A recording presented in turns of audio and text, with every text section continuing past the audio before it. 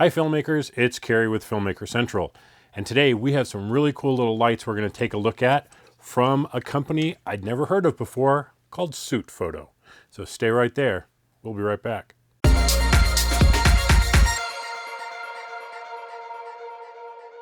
If you guys watch this channel for any period of time, you know I love lights. I have so many different lights, and I often come down to having a few favorites or absolute go-to lights that just last me a long, long time. I have tons of the little small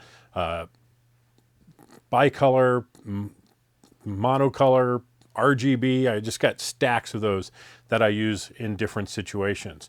Over here is my fill light, a GVM 1000. Over here is a digital photo 4-foot RGB tube. So I have some favorite lights. So when a company reaches out with studio lights and asks me if I want to try them out, I'll be like, okay, sure. You know, why not? You know, you never know. Something may really stand out or, you know, just be a unique value. And that's what happened. So Sutefoto is not sponsoring this video, but they did send me the lights to play around with and get my opinion of. So this video is not seen by them before it goes live. So all my opinions are my own. They're not paying me for this video, but they did send me the two different lights here. So what do we have? We have two lights that are in the P80 family. So the Sutefoto P80 and the Sutefoto P80 RGB. Okay, pretty basic configuration here. We have a daylight balanced one at 5600 Kelvin, and we have a full RGB light. Now, these are, as you saw, they're very, very small. I just love this tiny little form factor, and the daylight one is $169. The RGB is $219. So these are an extremely affordable price point. The question is, are they any good? Well, let's first talk value. What do you get for the package? Well, first off, you get a nice carrying case. I'm not going to go through an unboxing. Everything's out here on the table. So you got a nice carrying case. Everything fits into. You have room for your reflector, the light, your accessories, and it has a shoulder strap. That's pretty much the extent of this. There's no external pockets. There's no other internal pockets. But this is a very nice padded travel case. And everything fits in it really nice. So I'll give them credit for that. That is pretty nice. The power supply is a 15 volt, and that will actually play into something else we're going to talk about in a little bit. So travel case is good. You get the light, power cord, and the AC adapter, reflector, and a little Velcro strap, which we'll talk about that. And then there's different things that come with the two between the P80 and the P80 RGB. So we'll talk about that. Let's talk about the P80 first. This is the daylight balanced one, and really nice. I love the weight of this thing. Super clean, all metal design. The fan sits in there like this, pulling air through these big cooling fins that are in here. So nice, good, efficient design. Very satisfying clunk, clunk, clunk on-off switch. That's great. We got the power port on the back, and we have our brightness control with our set button in the middle of it, our color temperature button, our effect button, our channel and group. Yes, these are wireless, and they can support, I think, 5 groups with 10 channels or something. Pretty impressive wireless setup. And one called Trigger Lock, which will lock all the settings so that they can't be changed accidentally, and a nice LED screen on the back. Now, this yoke on here, and this is the same for both of them, this is a metal yoke, so nice and sturdy. And I'm going to show you something that really makes this stand out. And that's on both sides of here, we have the yoke and the body side, there is this curved or ratcheted rosette mount. And that is super nice because it allows you to put heavier modifiers on here. I'd put a 7-foot umbrella on here. I'd put a huge softbox on here. No problem. And you're not going to get any sag. It is locked in position and you don't need to crank this down. It just needs to be just, okay, it's a little tight. Boom. You're locked in place. Now, you may have seen a light that looks pretty much identical to this in the past. And Gerald Undone did a video about lights that look on the outset exactly like this. And I'm going to look over here. They were called Sokani. So there was a Sokani, I can't remember if it was, they called the X80 or the P80, but extremely similar. But if you watch Gerald's video, the few things that he talks about that he didn't like about these are pretty much all addressed with this.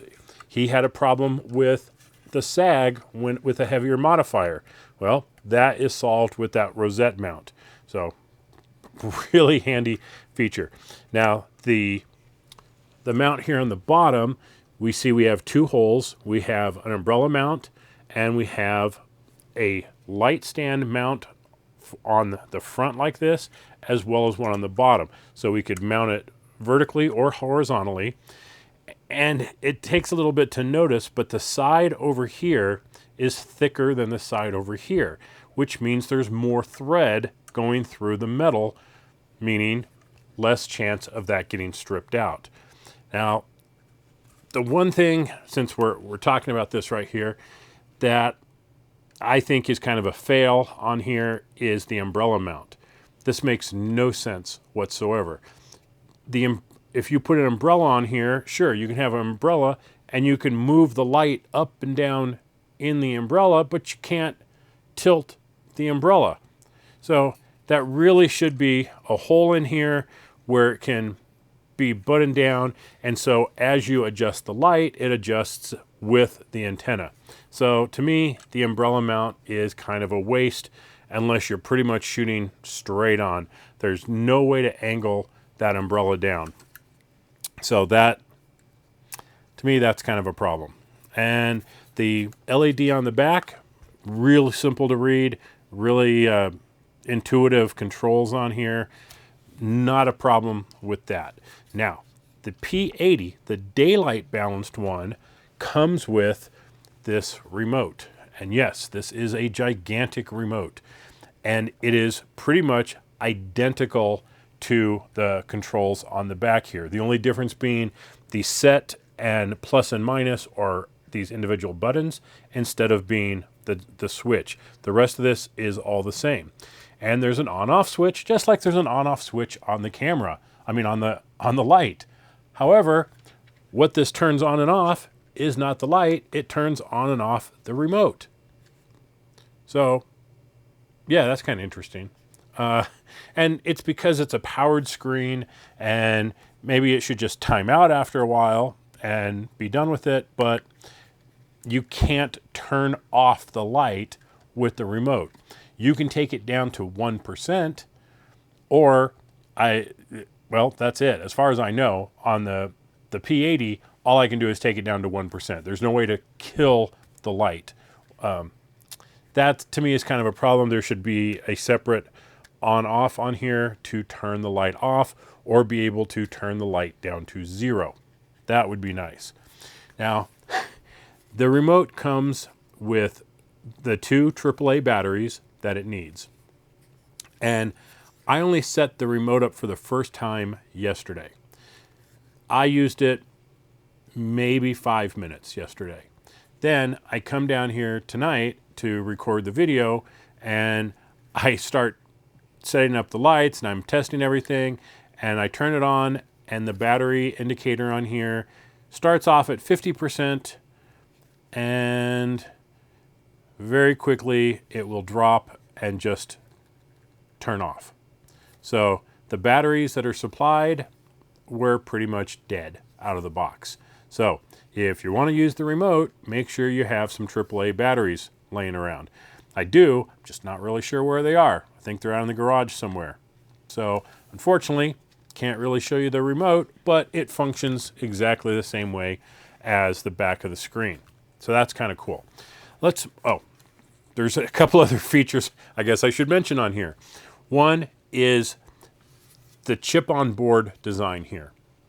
Now, a lot of other lights that I've seen and own, that chip on board, that's it. That is what is the surface of the light.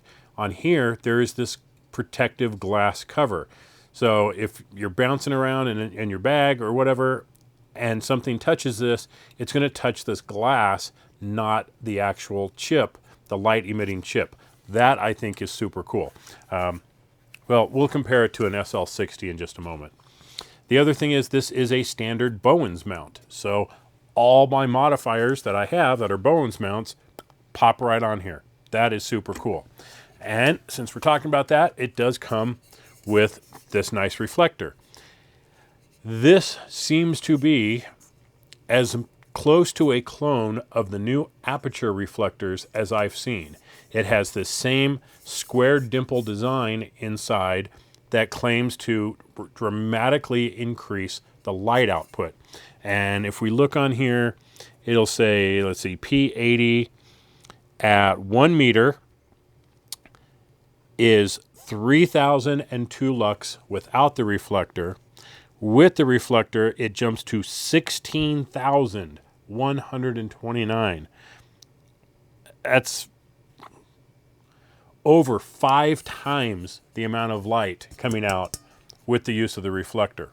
That is pretty impressive boost with this new reflector design. So, gotta love that.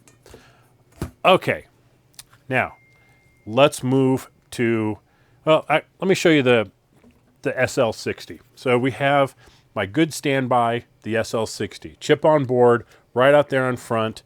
Touch that, you are touching the light emitter.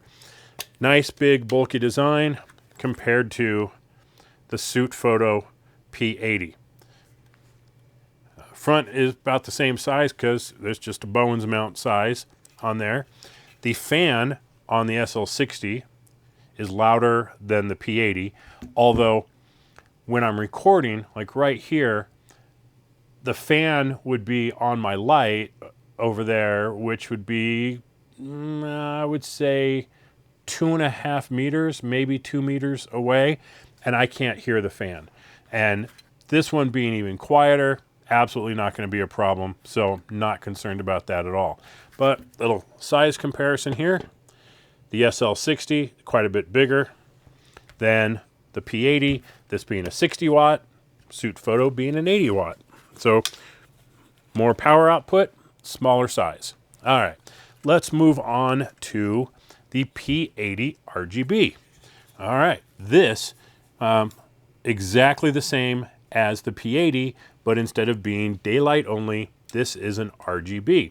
So you have full color range and some other of those built-in special effects, the fireworks, the police, the cop car, fire truck, ambulance, some of those types of things you have in here. You have some of the same effects in here, but of course you're limited to daylight only, so the effects aren't quite as good. The paparazzi, the lightning, those are okay on here, but on this guy, you have a handful more because of the RGB capability.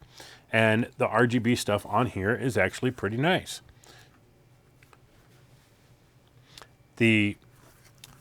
Now, the difference in packaging, though, is that the P80 RGB does not come with a remote. Now, may seem strange at first, but the big upgrade on the P80 RGB is that you can control it with a smartphone app. So that, I think, is super cool. I wish the P80 could be controlled from the app. That would be really nice, but I can control the P80 RGB with the app, and it's extremely responsive. In fact, I think it's too responsive in some ways. One of the things I really liked about this digital photo 4-foot RGB light is there was a setting in the app to do a gradient. So if I went from blue to yellow, it didn't just go blue, yellow, it went blue to yellow, and it faded from one to another. It was a very pleasant transition, and I could adjust that. So I really, really liked that feature in there because I could make changes live. I could use it as an effect to change a mood or something by changing the color of the light in real time while I'm recording. I can't do that with the P80 RGB because anything you go from one setting to another, it's just boom, it's there. There's no transition, there's no gradient, which is a little unfortunate because that would have been really, really cool on here. Now, granted, because even though they're both 80 watts, because this is a different COB chip on here, you don't have quite the light output. So let's do a quick little comparison here. The P80 RGB, well, let's go back to 1 meter, right? Without a reflector, we had 278.9, or I'm sorry, 3002 lux. On the P80, we dropped to 2013 on the RGB. And going with the reflector, we jumped up to 16,129 lux versus 6,820 lux. So we don't have quite the same kick with the RGB that we do with the daylight, which makes total sense because you have a lot more going on this chip. It's broken down into the different colors versus one big solid daylight balanced chip. So you're not going to get the same output from them. Not, to me, not a showstopper at all. Now, one thing I mentioned early on is that these are a 15 volt system, right? What else is 15 volts? Well, D-tap and V-mount batteries. So optionally, let me see if I can find the price here, which I think is only like $25 or something.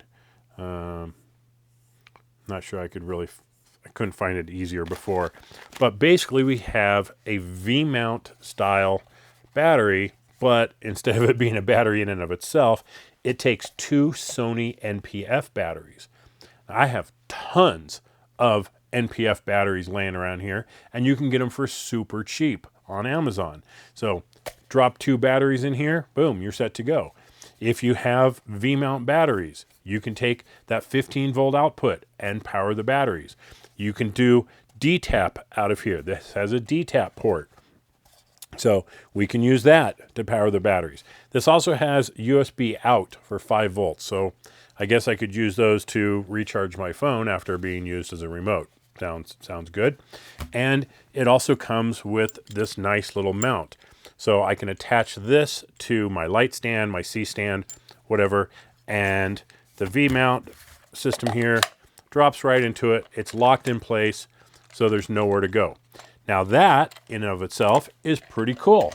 But let's take a look at the power supply itself. Now the power cord is a standard figure-8 style power cord, and it's about 8 feet long. So that I'm really happy with. A nice long power cord. However, on the power supply itself, I think that's just shy. Maybe it's 3 feet if we include the power brick itself. But the cord itself is more in the lines of 2.5 feet. And that means anytime that you're using this power brick and you have the light up on a stand, almost without exception, unless your light is damn near on the ground, you're dangling the power supply in the air. Now it does come with a little Velcro strap, so you can strap it to your tripod or your light stand, whatever, but this is a fairly smooth surface and it doesn't take much for it to move up and down inside of Velcro. These are problems I've had with many other lights in the past. So, but to emphasize that a little bit more, we told you that the P80 has the 15 volt port on the back. Guess where it is on the P80 RGB? It's on the bottom. So you have your power supply dangling underneath here, pulling it right out of the bottom of the light.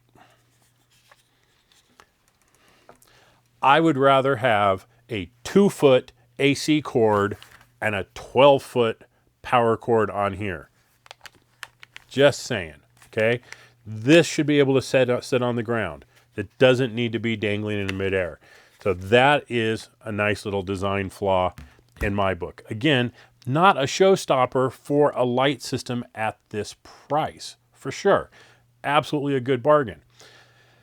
So, who is this for, and would I recommend it? Well, it's for, in my opinion, beginner filmmakers who are on a budget, who need some quality lights that have the standard set of controls that are easy to operate, that can be grouped, that have those types of high-end functions, but they're on a budget price.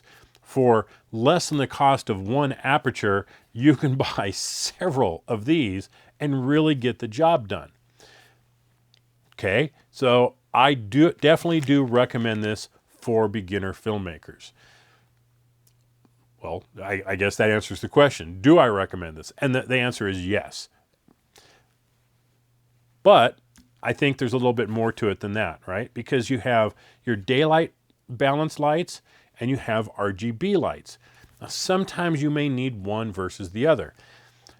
In an ideal situation, you've got about $600 to spend. What would you do?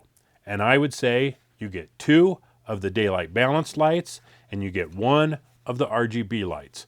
That's going to give you the ability to have a key light and a fill light and be able to have a practical light for either those effects like the cop car, fire truck, the scene in front of a fire.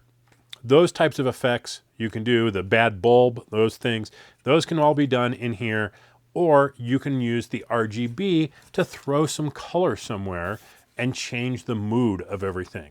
Now, in a pinch, it can also be, well, not in a pinch because it's definitely good enough. It can be a key light. It can be a fill light. It can be a hair light. It can be a rim light. It can be all kinds of different things.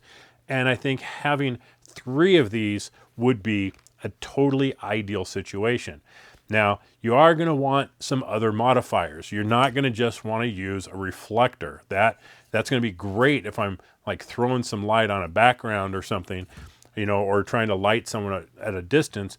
But you're going to need some soft boxes or umbrellas or things like that to be able to work with this light and really make it function for you. But I think that's totally doable. But $600 is going to buy you 3 lights. That, I think, is a bargain.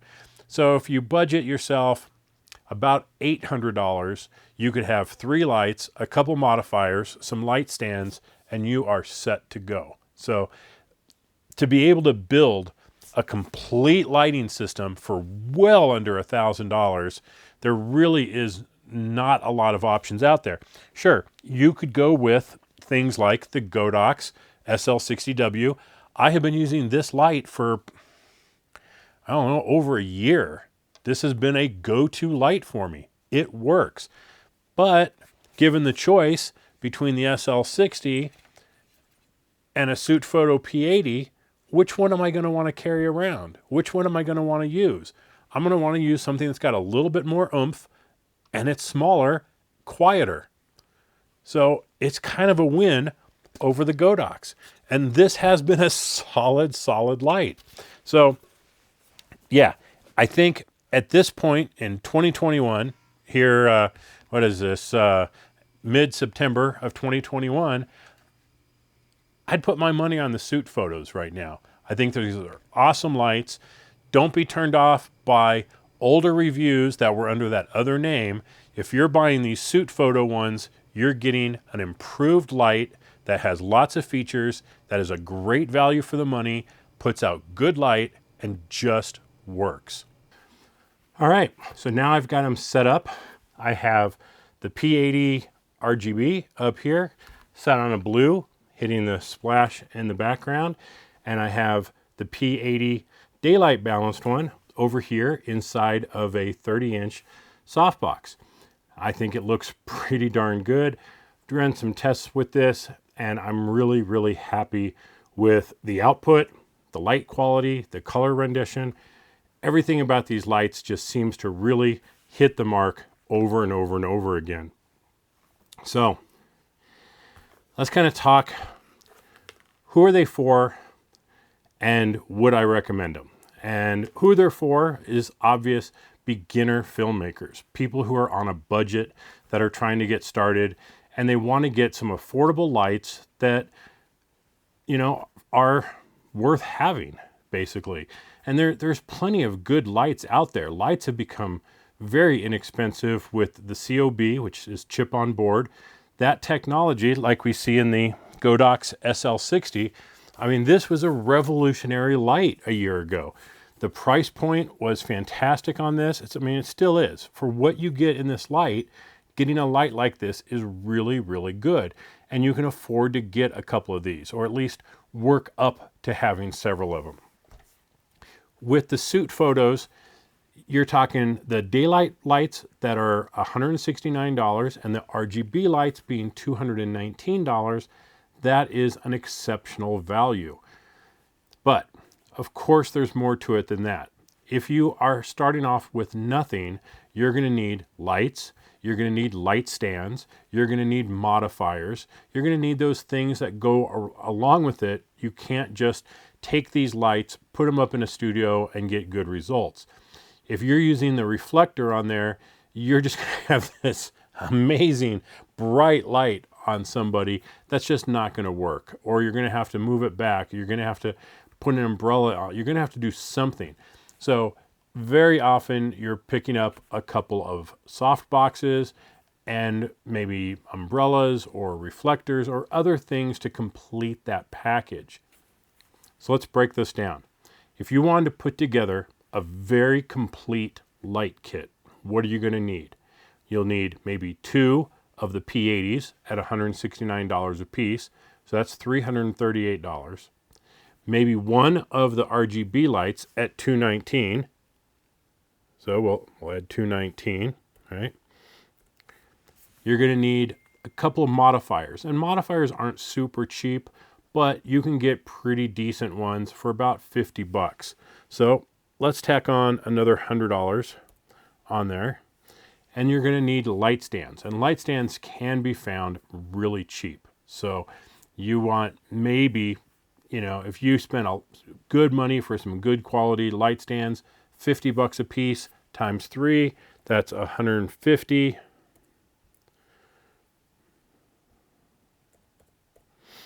So you are talking a 3 light setup with good quality lights, with one being an RGB light that you can control, that are wireless, remote controlled, whether you can use the app or you have to use the remote to control them, depending on which lights you have. But you are $907, give or take a few bucks, but you're easily under $1,000 to have a really quality 3 light system. I think that's a phenomenal bargain in 2021. So, and not just that, because like I said, you can do the same thing with something like the Godox SL60. But what are you getting by going to the Sutefoto? Well, you're going from 60 watts to 80 watts. So you're getting quite a bit more power. You're getting a smaller form factor, so it's easier to transport. You have a lighter light, it's a lighter light, less heavy light, which makes it easier to pack around and move around. So you're getting a better design today at about the same price with more power output. I think it's really hard to go wrong. So Sutefoto, really appreciate you sending me these, and hopefully I can look at some of their other lights that they have in the future. But right now, these are going to be a go-to setup for me. I'm going to keep my daylight balanced one over here on my softbox. I may play around with the RGB light, throwing different colors on the background or some ambient light somewhere. Who knows? But these are really, really good lights. And if I can put some decent batteries in the remote control, then I can sit here and adjust them. I can adjust my key light, my fill light, and I can get the mood that I want for the shot without having to get up. That is a big, big value. So the remote does work with both lights, but the app only works with the RGB. So hopefully this answered your questions, and you know, maybe you'll want to pick up a set of these for yourself. So thanks for watching, everybody. This has been Kerry with Filmmaker Central, and I'll catch you next time. Bye-bye.